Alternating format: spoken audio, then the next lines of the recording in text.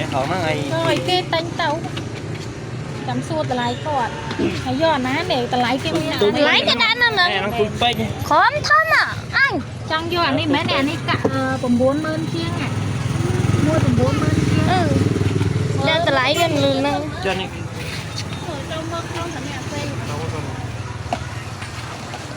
chua mà nó trong ba cha không lấy không trong ba rồi nè pan mán tụi bay đã không một pan nào đấy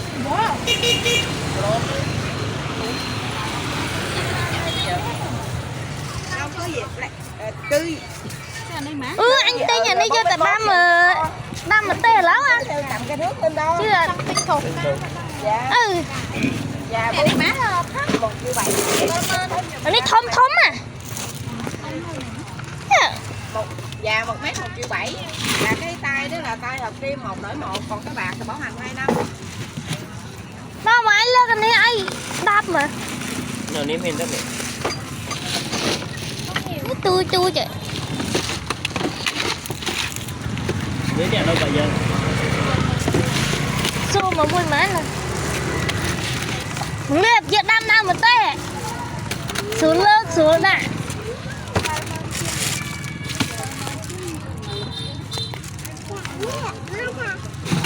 rồi nám này năm một tê xuống nó lửa mãn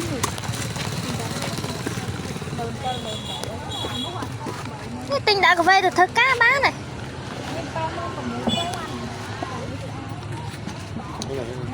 nhiêu 30.000 chục cái 3.000 mà đấy ăn đây hết này hay gì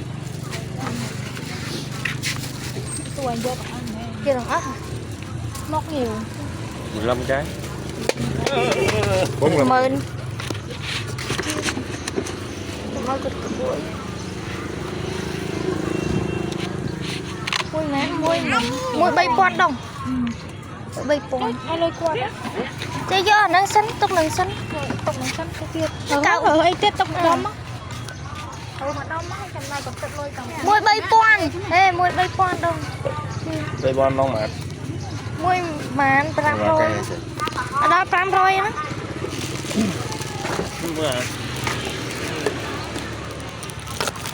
thế nè đổ con đừng có lại giờ cái này nó ngã xuống đèn miền Tây cả thế đăng tờ lấy hay tên vô đó tên mua bay qua này to quật này chứ vô từng đó hả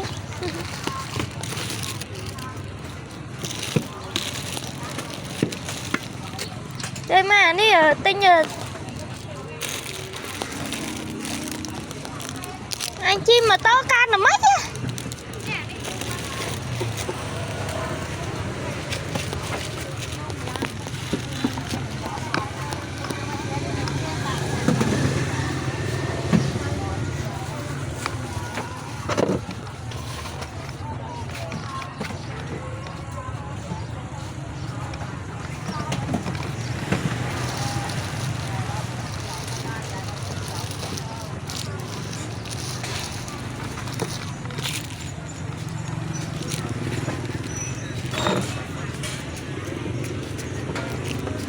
cà phê tao thơ cá ôm tao thơ cá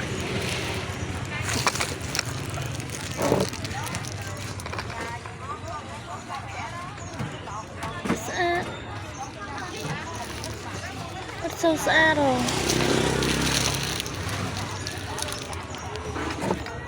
chả đá nè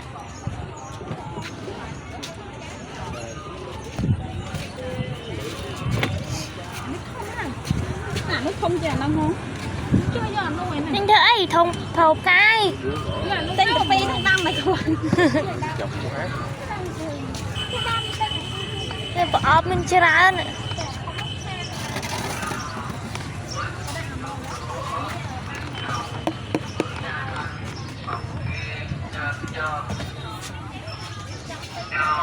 cái này bốn cái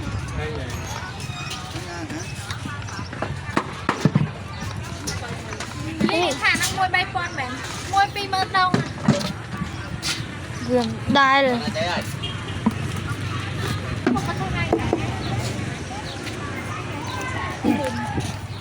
quay quá hai nhà mùi lần mà nãy đó lư khu nó chua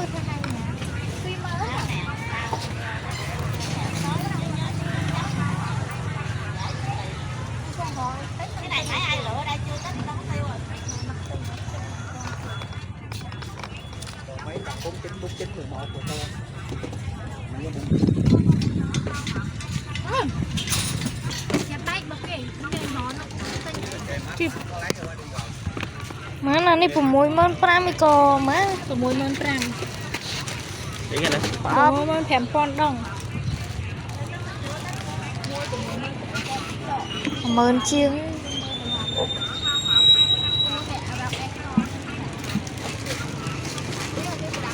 Ừ. em bỏ vậy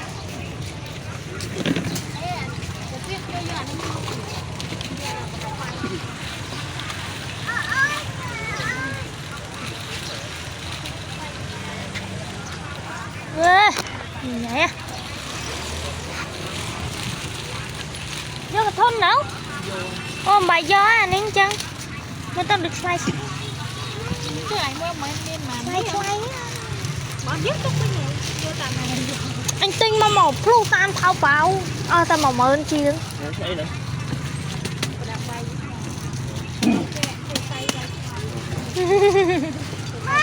Không có lý do á. do cái thôn thầu phở cá bỏ cái do á tục nạn Bảy. bé là nam ton trăm bay cái tục bánh nó căn áo quên nhau lúc ơi áo đồng phép mà nhảy nhảy xí thế Dạ.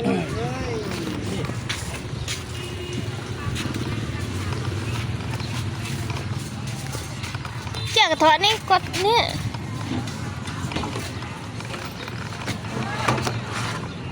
cái tay lái vậy không học sụp kém hơn Mềm. Lái.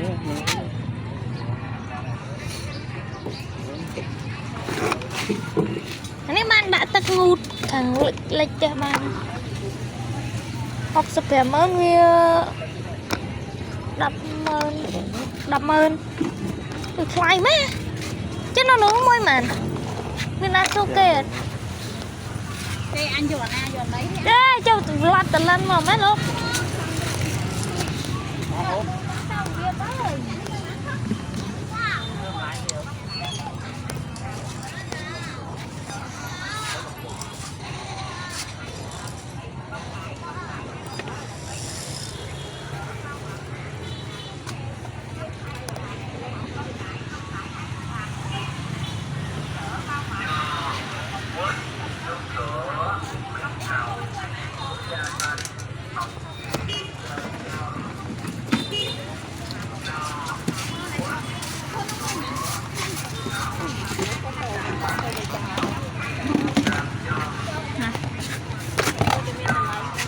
Này 130 thay mùi mưa bay còn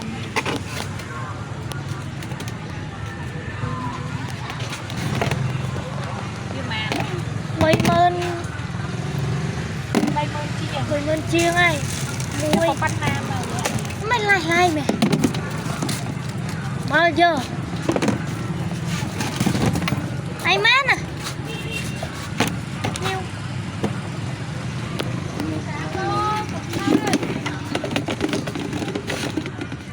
80, 201, 201 cái này là 45, 255. 255.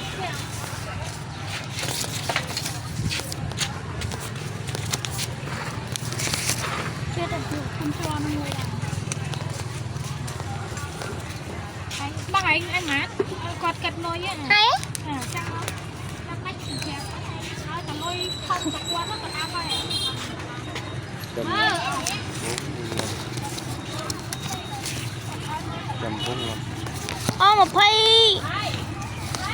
một phay pi mơn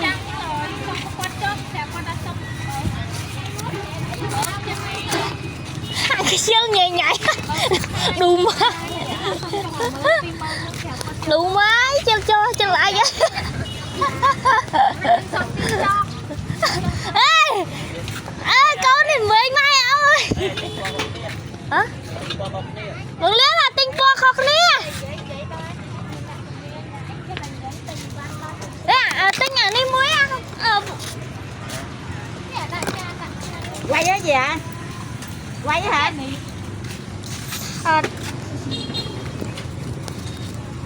Công nhận như ta.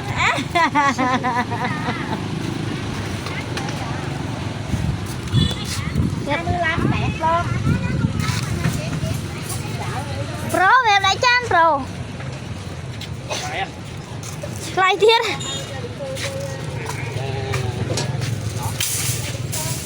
đây chị Tình đập đập ta mong sao nhỏ ta tinh thông mới à thu xoay chứ mà anh học sập đẹp mơn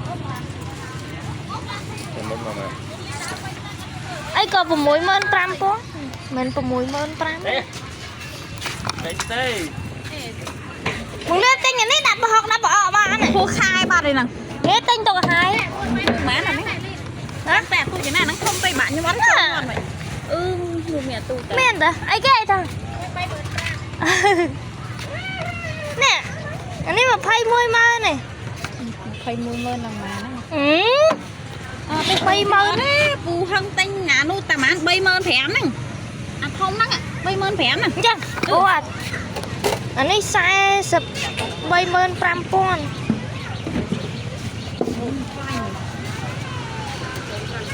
อันเต้นยันอะตักมือปูจู Đấy tê. เต้thu chiên nó lửaเต้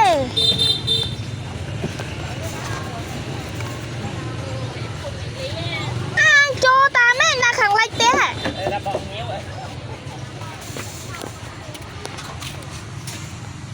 Đấy nào là bọc nhiêu ạ? เนี่ยแม่ได้ตักใส่ก่อนนี่นะบอกมังหรืออ่ะMẹ không mua được đó má. เนี่ยเต้นอย่างนี้มวยเหรอ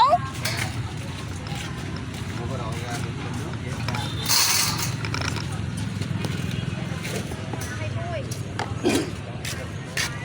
thông tác của mãi chừng ít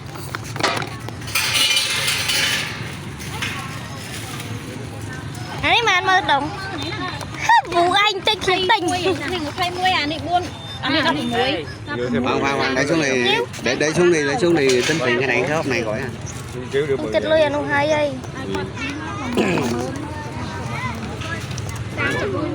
rồi đủ rồi.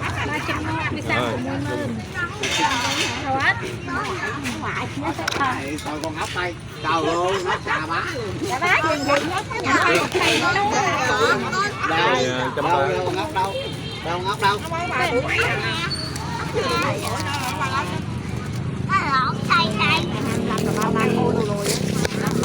Quá dần lắm.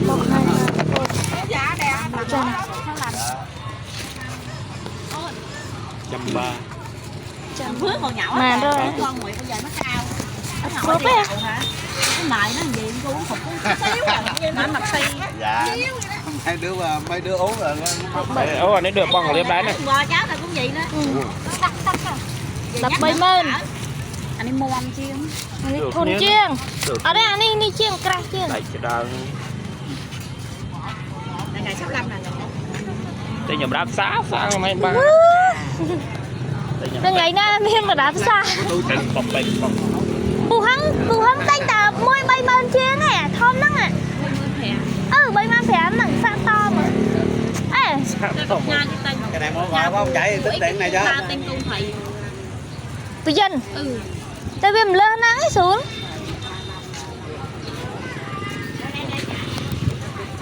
thế là chân bàn toàn là máu tu không hay đã tờ hay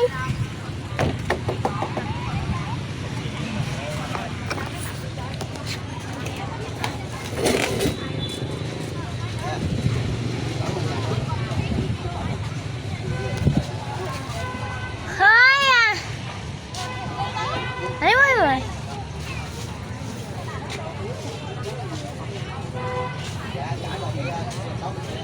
Có 500 luôn. năm 500.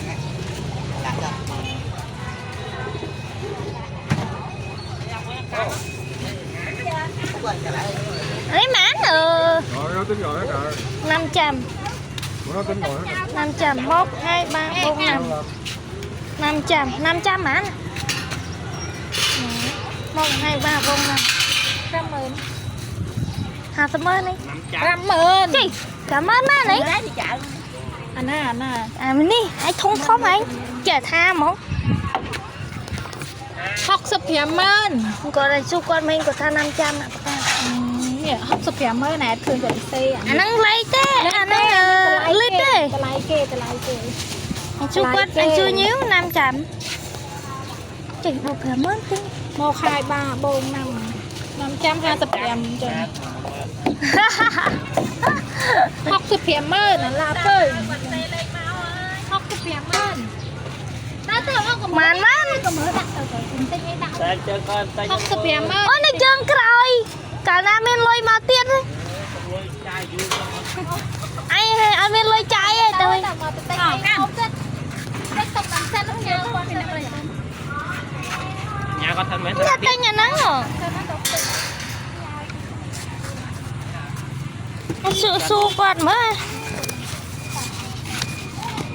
50 mơn vì ê 50 mơn ông ta 50 mơn 500 hả tôi không sao màu tao tên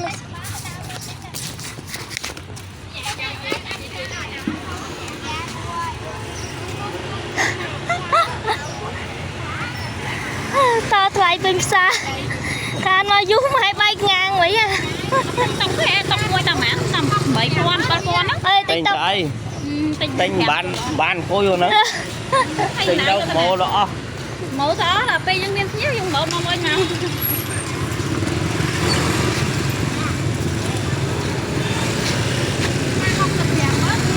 ở té anh su con để cái 500 ấy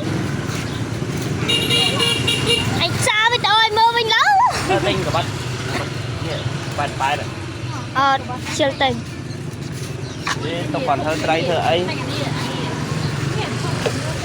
năng này ở đây thu tê để bạn ấy bán đấy nhỉ tình không mới thông tin trong ngũ tắc con đang ngồi đây cả chứ à nó bắn năng ở miền đấy mày miền tờ lại hứng này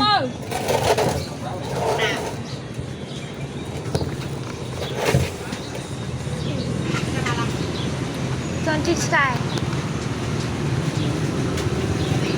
anh úp một pan nam ấy ta lại á mồm lên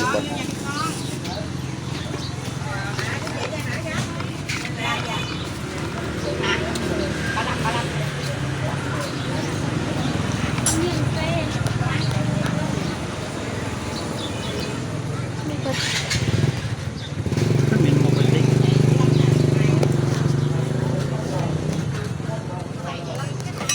Chứ nãy giờ mà 2 cái tiền không có cho tiền lấy không anh được mua đâu anh đi đâu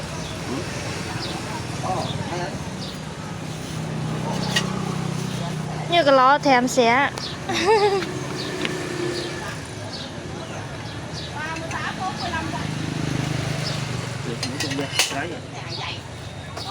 một tờ tờ bông thế nó mình xuống đấy mình xuống thế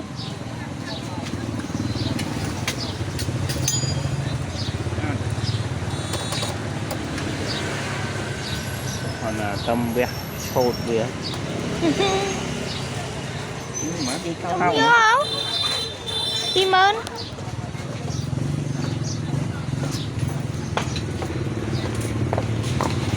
à ba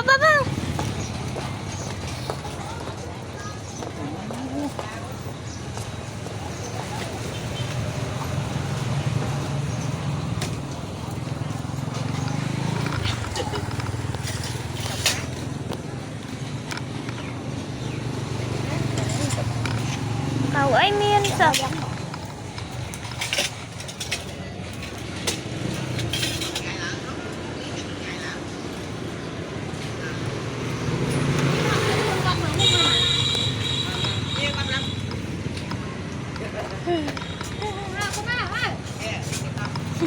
Play thế này